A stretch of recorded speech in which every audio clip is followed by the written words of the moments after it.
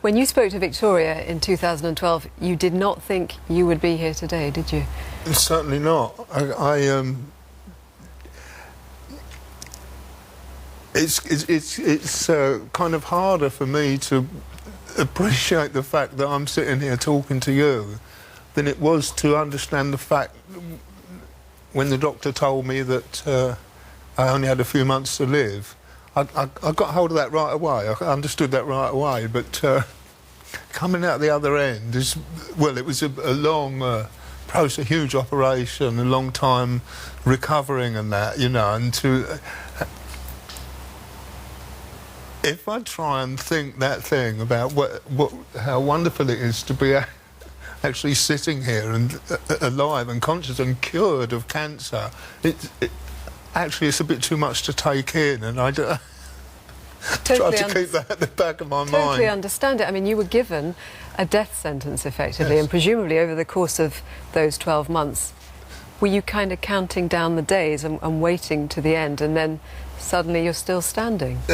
Not really. As I said, my attitude to it was, in the first place, to absolutely accept, yes, I'm going to die, and I knew I had a few months.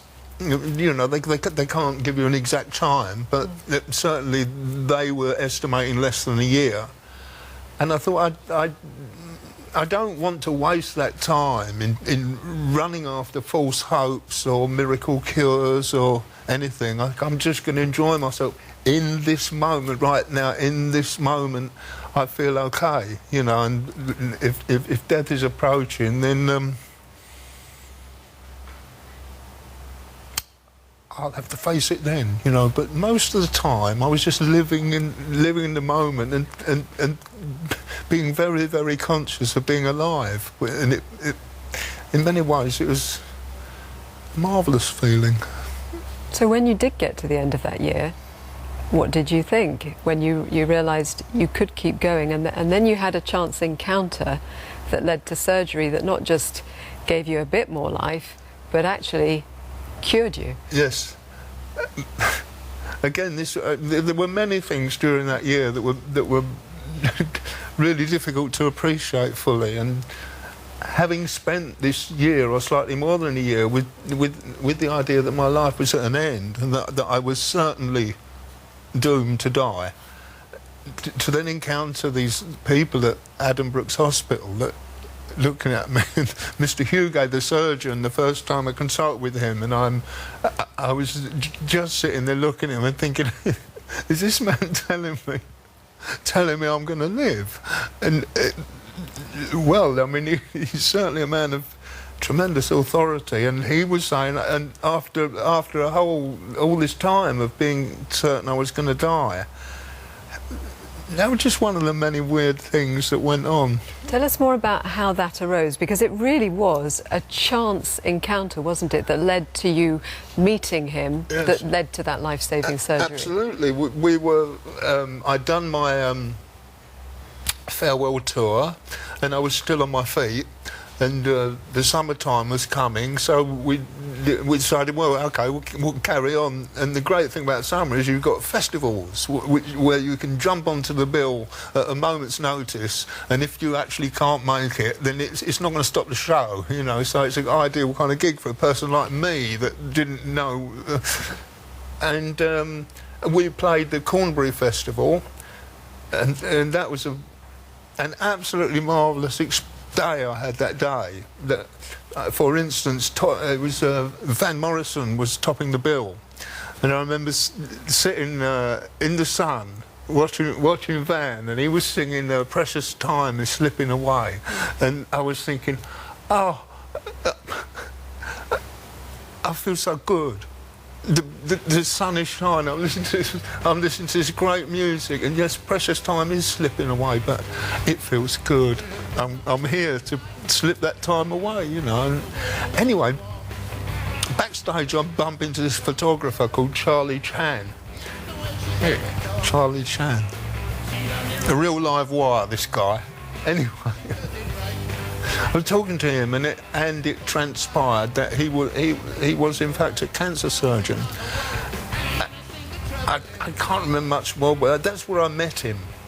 And then a few months later, he came to my house and said he'd been wondering about me because I wasn't dead.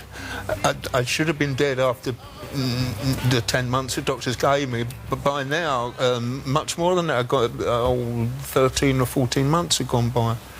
And he said, if this was a straight pancreatic cancer, you should be dead by now, or you are very, very ill. Because only 3% of people with pancreatic cancer survive. Exactly. It is the most deadly of cancers, and one that SUGS has set up a charity, Pancreatic Cancer UK, to promote research to try and raise the survival rate to 10%.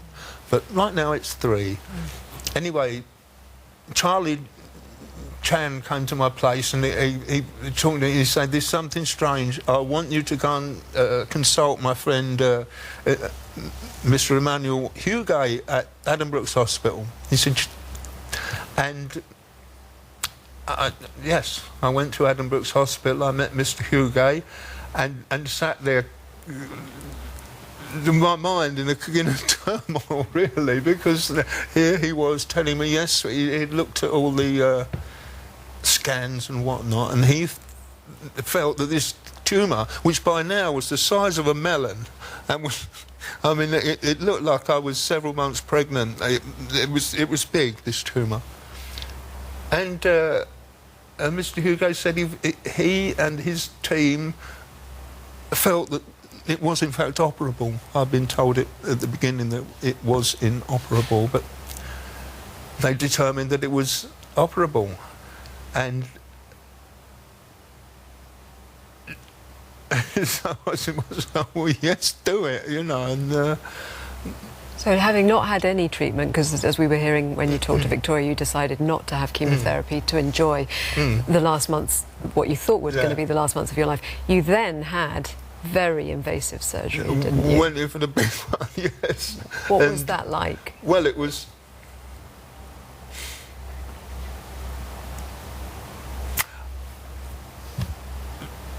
I went into deep anaesthetic. I can't actually even remember walking into the hospital that morning, early morning. But anyway, I was unconscious for some time.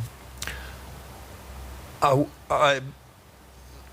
woke up later in a recovery ward, a bit disorientated, but just lying there thinking I'm alive.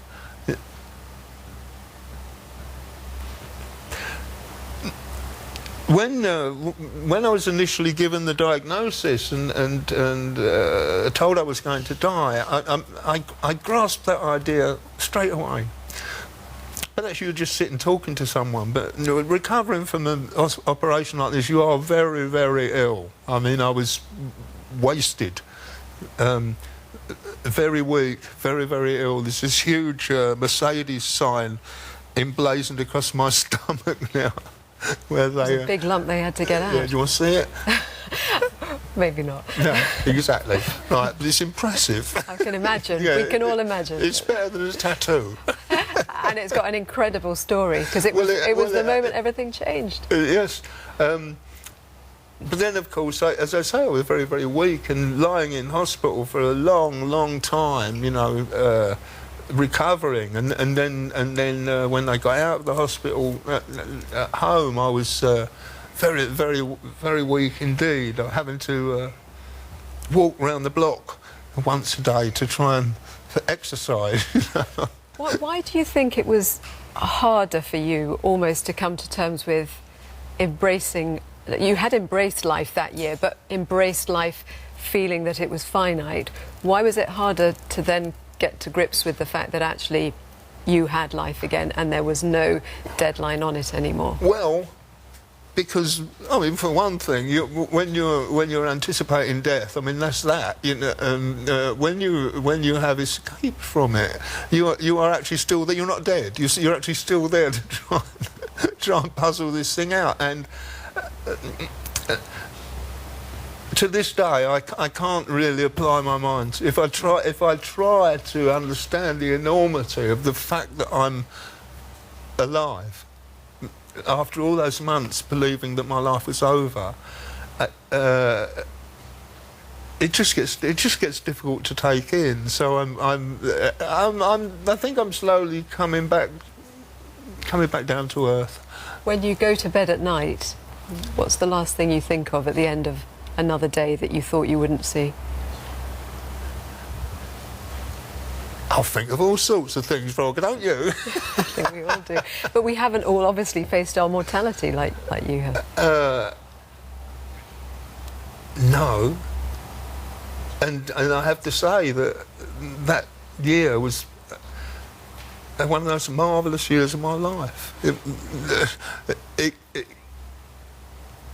When you believe that your life is over, and it gives you a different way of looking at things. And I mean, doing things like going to places or seeing people and realising this could be the very last time. You know, this could be the very last time I speak to this friend or place that I see. And Wilko, thank you for talking to us.